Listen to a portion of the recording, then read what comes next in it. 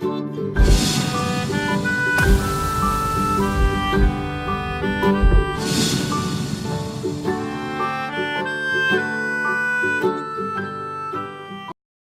Sleeping Beauty.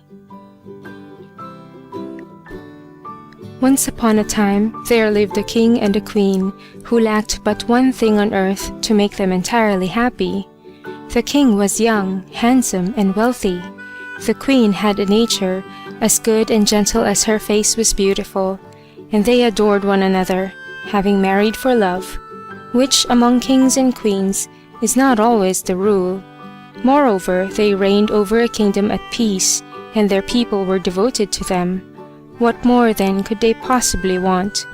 Well, they wanted one thing very badly, and the lack of it grieved them more than words can tell. They had no child. Vows, pilgrimages, all ways were tried, yet for a long while nothing came of it all, and the poor queen especially was in despair. At last, however, to her own and her husband's inexpressible joy, she gave birth to a daughter. As soon as the palace guns announced this event, the whole nation went wild with delight. Flags waved everywhere, bells were set pealing until the steeples rocked. Crowds tossed up their hats and cheered, while the soldiers presented arms, and even strangers meeting in the street fell upon each other's neck exclaiming, "Our queen has a daughter! Yes, yes, our queen has a daughter! Long live the little princess!" A name had now to be found for the royal babe, and the king and queen, after talking over some scores of names, at length decided to call her Aurora, which means the dawn. The dawn itself, thought they, was never more beautiful than this darling of theirs. The next business, of course, was to hold a christening. They agreed that it must be a magnificent one, and as a first step, they invited all the fairies they could find in the land to be godmothers to the Princess Aurora, that each one of them might bring her a gift, as was the custom with fairies in those days, and so she might have all the perfections imaginable. After making long inquiries, for I should tell you that all this happened not so many 100 years ago, when fairies were already growing somewhat scarce, they found 7. But this again pleased them, because 7 is a lucky number.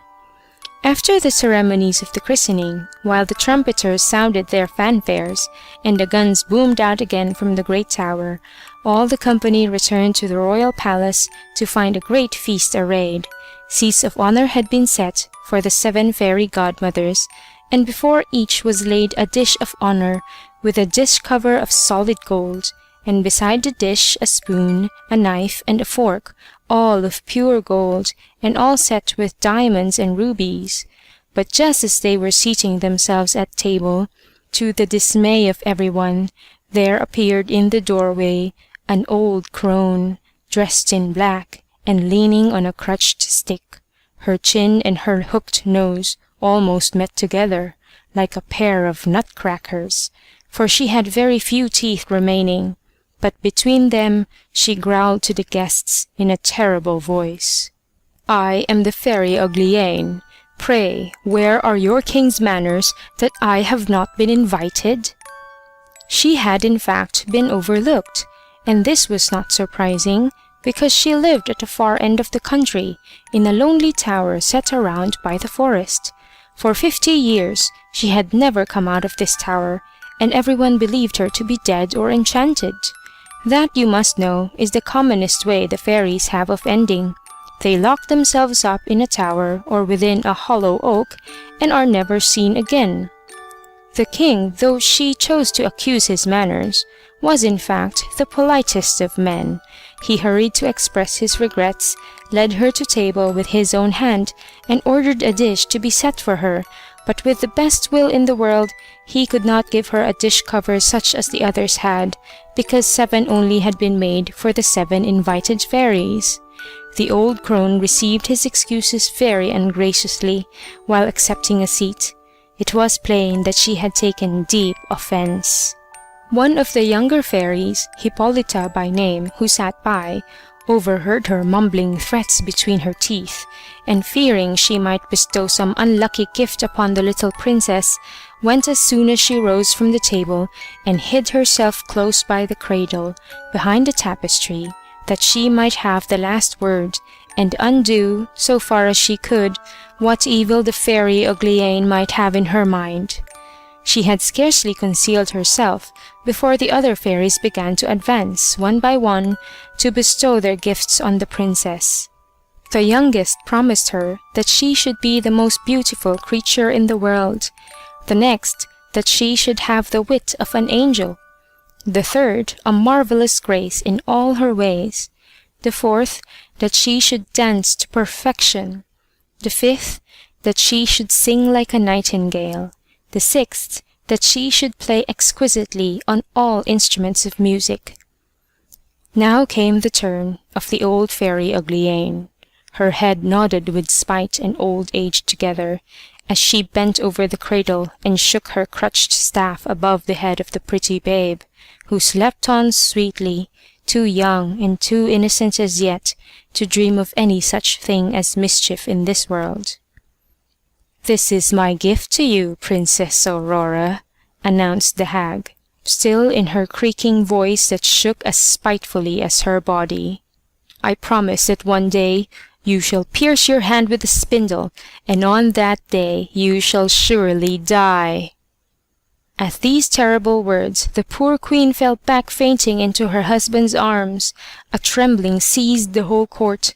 The ladies were in tears, and the younger lords and knights were calling out to seize and burn the wicked witch, when the young fairy stepped forth from behind the tapestry, and passing by Uglyane, who stood scornful in the midst of this outcry, she thus addressed their majesties: "Take comfort, O king and queen. Your daughter shall not die thus. It is true, I have not the power wholly to undo what this elder sister of mine has done. The princess must indeed pierce her hand with a spindle, but instead of dying, she shall only fall into a deep slumber that shall last for many, many years, at the end of which a king's son shall come and awake her. Whenever this misfortune happens to your little Aurora, do not doubt that I, the fairy Hippolyta, her godmother, shall get news of it, and come at once to render what help I may."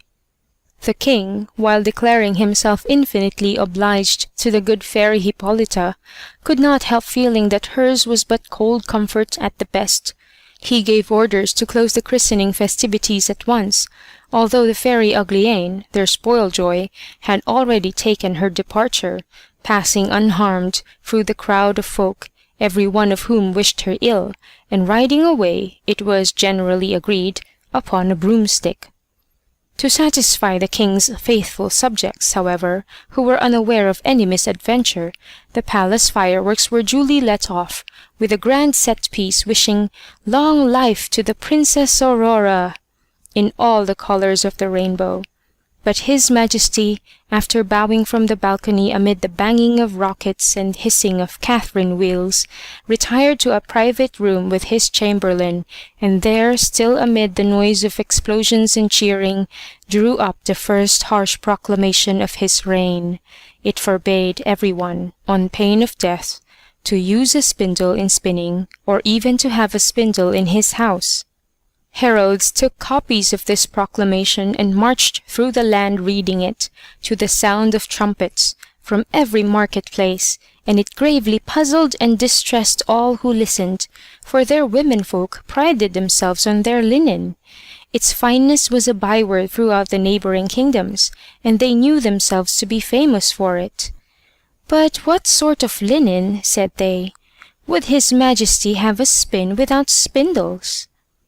They had a great affection, however, as we have seen, for their monarch, and for 15 or 16 years all the spinning wheels were silent throughout the land. The little Princess Aurora grew up without ever having seen one. But one day, the king and queen being absent at one of their country houses, she gave her governess the slip, and running at will through the palace and upstairs from one chamber to another, she came at length to a turret with a winding staircase, from the top of which A strange whirring sound attracted her and seemed to invite her to climb. As she mounted after the sound, on a sudden it ceased, but still she followed the stairs and came, at the very top, to an open door, through which she looked in upon a small garret, where sat an honest old woman alone, winding her distaff. The good soul had never in 16 years heard of the king's prohibition against spindles, and this is just the sort of thing that happens in palaces.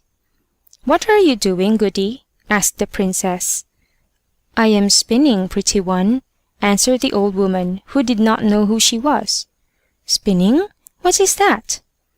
"I wonder sometimes," said the old woman, "what the world is coming to in these days." And that, of course, was natural enough, and might occur to anybody after living so long as she had lived in a garret on top of a tower. "Spinning," she said wisely, "is spinning, or was, and gentle or simple, no one is fit to keep house until she has learnt to spin." "But how pretty it is," said the princess. "How do you do it? Give it to me and let me see if I can do so well." She had no sooner grasped the spindle. She was over-eager perhaps, or just a little bit clumsy, or maybe the fairy decree had so ordained it, than it pierced her hand, and she dropped down in a swoon. The old trot, in a flurry, ran to the head of the stairs and called for help. There was no bell-rope, and, her voice being weak with age and her turret in the remotest corner of the palace, it was long before any one heard her in the servants' hall. The servants, too, in the absence of the king and queen, were playing cards, and could not be interrupted by anybody until their game was finished. Then they sat down and discussed whose business it was to attend on a call from that particular turret, and this again proved to be a nice point, since nobody could remember having been summoned thither, and all were against setting up a precedent, as they called it. In the end they decided to send up the lowest of the junior page boys. But he had a weakness which he somehow forgot to mention, that of fainting at the sight of blood. So when he reached the garret and fainted, the old woman had to begin screaming over again. This time they sent up a scullery maid, who, being good-natured and unused to the ways of the palace, made the best haste she could to the garret, whence presently she returned with the terrible news. The servants, who had gone back to their game, now dropped their cards and came running. All the household, in fact, came pouring up the turret stairs, the palace physicians themselves crowding in such numbers that the poor Princess Aurora would have been hard put to it for fresh air, could fresh air have restored her. They dashed water on her face, unlaced her, slapped her hands, tickled the soles of her feet, burnt feathers under her nose, rubbed her temples with Hungary water. They held consultations over her, by twos and threes, and again in grand committee. But nothing would bring her to. Meanwhile, a messenger had ridden off post-haste with the tidings, and while the doctors were still consulting and shaking their heads, the king himself came galloping home to the palace. In the midst of his grief, he bethought him of what the fairies had foretold, and, being persuaded that, since they had said it, this was fated to happen, he blamed no one, but gave orders to carry the princess to the finest apartment in the palace, and there lay her on a bed embroidered with gold and silver. At sight of her, she was so lovely, you might well have supposed that some bright being of the skies had floated down to earth, and there dropped to sleep after her long journey. For her swoon had not taken away the warm tints of her complexion. Her cheeks were like carnations, her lips like coral, and though her eyes were closed, and the long lashes would not lift, her soft breathing told that she was not dead. The king commanded them all to leave her and let her sleep in peace until the hour of her awakening should arrive. Now when the accident befell our princess, the good fairy Hippolyta, who had saved her life, happened to be in the kingdom of Mataquin, 12,000 leagues away, but news of it was brought to her in an incredibly short space of time by a little dwarf who owned a pair of 7-league boots. These were boots in which you could walk 7 leagues at a single stride. She set off at once to the help of her beloved goddaughter, and behold, in an hour this good fairy arrived at the palace in a fiery chariot drawn by dragons. Our king met her and handed her down from the chariot. She approved of all he had done, but, greatly foreseeing as she was, she bethought her that, as all mortals perish within 100 years or so, when the time came for the princess to awake, she would be distressed at finding herself orphaned and alone in this old castle. So this is what she did. She touched with her wand everything and everybody in the palace, the king, the queen, the ministers and privy councillors, the archbishop, who was the grand almoner, the bishops and the minor clergy, the maids of honor, ladies of the bedchamber, governesses, gentlemen in waiting, equerries, heralds, physicians, officers, masters of the household, cooks, scullions, lackeys, guards, switzers, pages, footmen. She touched the princess's tutors and the court professors in the midst of their deep studies.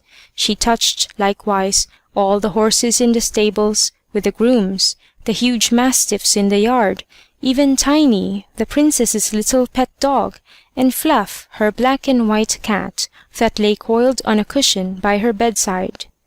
The instant the fairy Hippolyta touched them, they all fell asleep, not to awake until the same moment as their mistress, that all might be ready to wait on her when she needed them.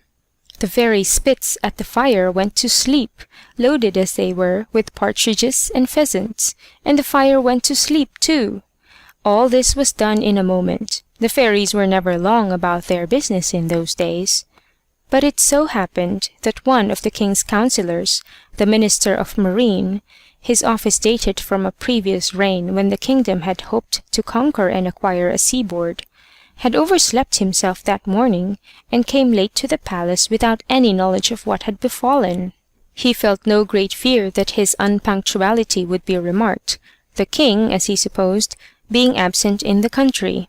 Nevertheless, he took the precaution of letting himself in by a small postern door, and so missed being observed by the fairy and touched by her wand. Entering his office, and perceiving that his under-secretary, usually so brisk, and all his clerks rested their heads on their desks in attitudes of sleep, he drew the conclusion that something had happened, for he was an excellent judge of natural slumber. The farther he penetrated into the palace, the stronger his suspicions became. He withdrew on tiptoe. Though by nature and habit a lazy man, he was capable of sudden decision, and returning to his home he caused notices to be posted up, forbidding anyone to approach the castle, the inmates of which were suffering from an eastern but temporary affliction known as the sleeping sickness. These notices were unnecessary, for within a few hours there grew up, all around the park, such a number of trees of all sizes, and such a tangle of briars and undergrowth, that neither beast nor man could find a passage. They grew until nothing but the tops of the castle towers could be seen, and these only from a good way off. There was no mistake about it. The fairy had done her work well, and the princess might sleep with no fear of visits from the inquisitive. One day, many years afterwards, the incomparable young Prince Florimond happened to ride hunting on that side of the country which lay next to the tangled forest, and asked, what were those towers he saw pushing up above the midst of a great thick wood? They all answered him as they heard tell. Some said it was an old castle, haunted by ghosts. Others, that all the wizards and witches of the country met there to keep Sabbath. The most general opinion was that an ogre dwelt there, and that he carried off thither all the children he could catch, to eat them at his ease. No one could follow him, for he alone knew how to find a passage through the briars and brambles. The prince could not tell which to believe of all these informants, for all gave their versions with equal confidence, as commonly happens with those who talk on matters of which they can know nothing for certain. He was turning from one to another in perplexity, when a peasant spoke up and said, "Your Highness, long ago I heard my father tell that there was in yonder castle a princess, the most beautiful that ever man saw, that she must lie asleep there for many, many years, and that one day she will be awakened by a king's son, for whom she was destined. At these words Prince Florimond felt himself afire. He believed, without weighing it, that he could accomplish this fine adventure, and, spurred on by love and ambition, he resolved to explore then and there and discover the truth for himself. Leaping down from his horse, he started to run toward the wood, and had almost reached the edge of it before the attendant courtiers guessed his design. They called to him to come back, but he ran on, and was about to fling himself boldly into the undergrowth, when, as by magic, all the great trees, the shrubs, the creepers, the ivies, briars, and brambles unlaced themselves of their own accord, and drew aside to let him pass. He found himself within a long glade or avenue, at the end of which glimmered the walls of an old castle, and towards this he strode. It surprised him somewhat that none of his attendants were following him, the reason being that as soon as he had passed through it, the undergrowth drew close as ever again. He heard their voices, fainter and fainter behind him, beyond the barrier, calling, beseeching him to desist, but he held on his way without one backward look. He was a prince, and young, and therefore valiant. He came to the castle, and pushing aside the ivies that hung like a curtain over the gateway, entered a wide outer court, and stood still for a moment, holding his breath, while his eyes travelled over a scene that might well have frozen them with terror. The court was silent, dreadfully silent, yet it was by no means empty. On all hands lay straight, stiff bodies of men and beasts, seemingly all dead. Nevertheless, as he continued to gaze, his courage returned, for the pimpled noses and ruddy faces of the Switzers told him that they were no worse than asleep, and their cups, which yet held a few heel-taps of wine, proved that they had fallen asleep over a drinking bout.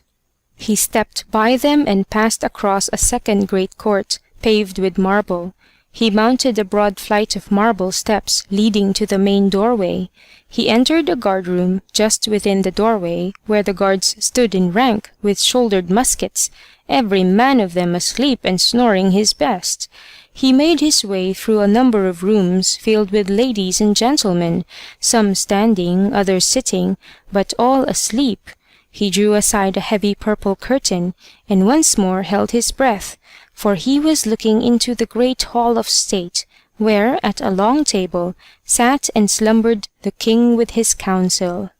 The Lord Chancellor slept in the act of dipping pen into ink-pot, the Archbishop in the act of taking snuff, and between the spectacles on the Archbishop's nose and the spectacles on the Lord Chancellor's, a spider had spun a beautiful web.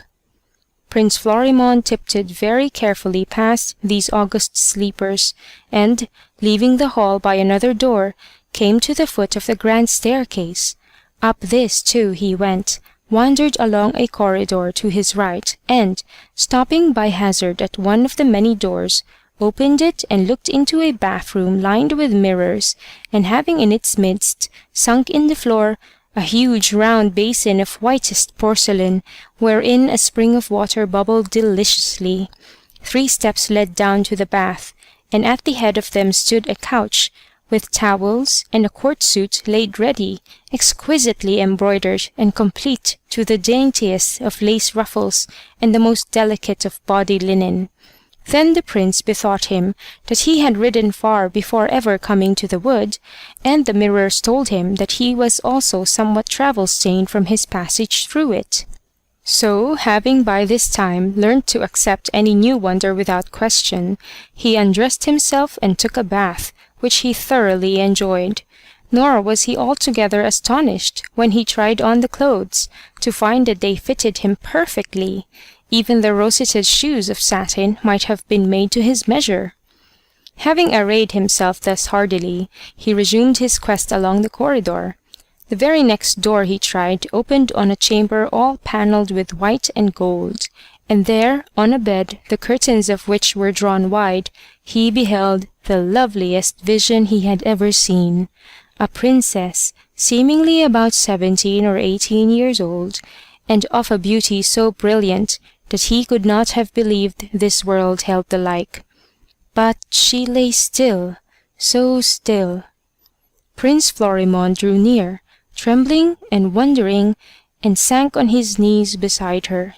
Still she lay, scarcely seeming to breathe, and he bent and touched with his lips the little hand that rested, light as a rose leaf, on the coverlet.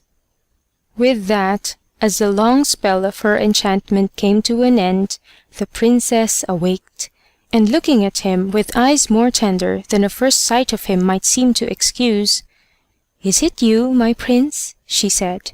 "You have been a long while coming."